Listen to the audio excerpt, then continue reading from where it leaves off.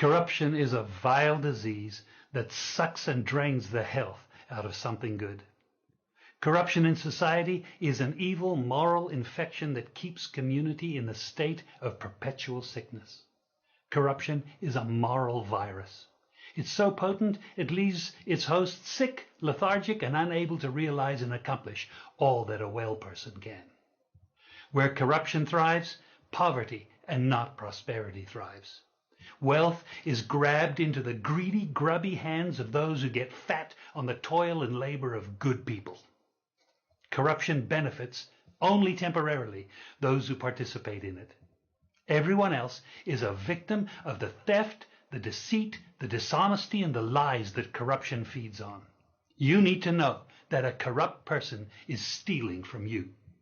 Corruption is filthy work and despicable acts of treachery done under the table and behind closed doors. Corruption is a disgusting shame. Corruption keeps a nation back from true development and from progress.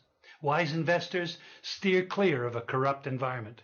They would rather put their resources into a place where the playing field of opportunity is equal for all and not bent towards feeding the financial lust of corrupt, lying, cheating, thieving politicians and government officials.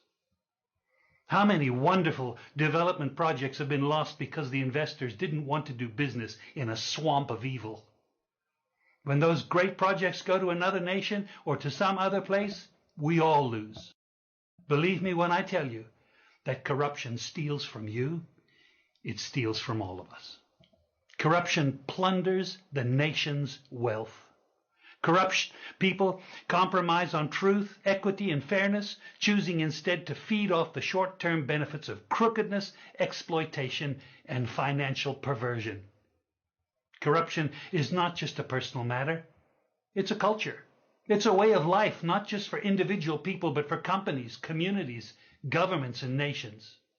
Corrupt nations, hiding behind large companies, will seek to invest in other weak nations in order to take over the assets of the nation that they've invested into. They will provide financial loans to a nation for the much needed infrastructure, and they will do it with assets that they provide. They will sign contracts by lining the pockets of rotten government officials who participate in this kind of corruption and are then held hostage by their own deceit and greed.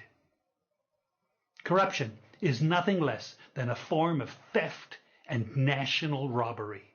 A corrupt person steals from everyone in society. We all lose when corruption is rampant. Those who participate in corruption have chosen evil over good, lies over truth, and personal gain over well-being of all.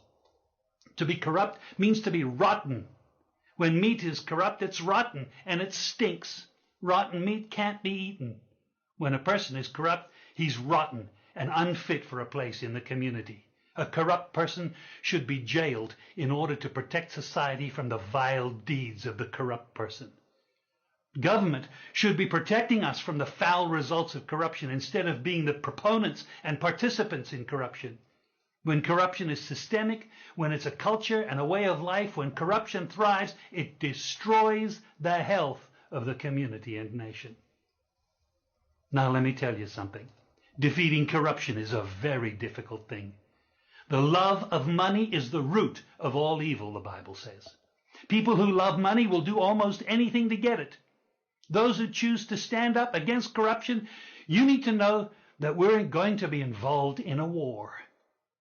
We will be threatened, vilified, intimidated, marginalized, and ridiculed. These kind of people who stand up against corruption will often feel alone, as if they are the problem instead of the solution. Corruption can only be defeated when enough people have had enough and decide to do something about it.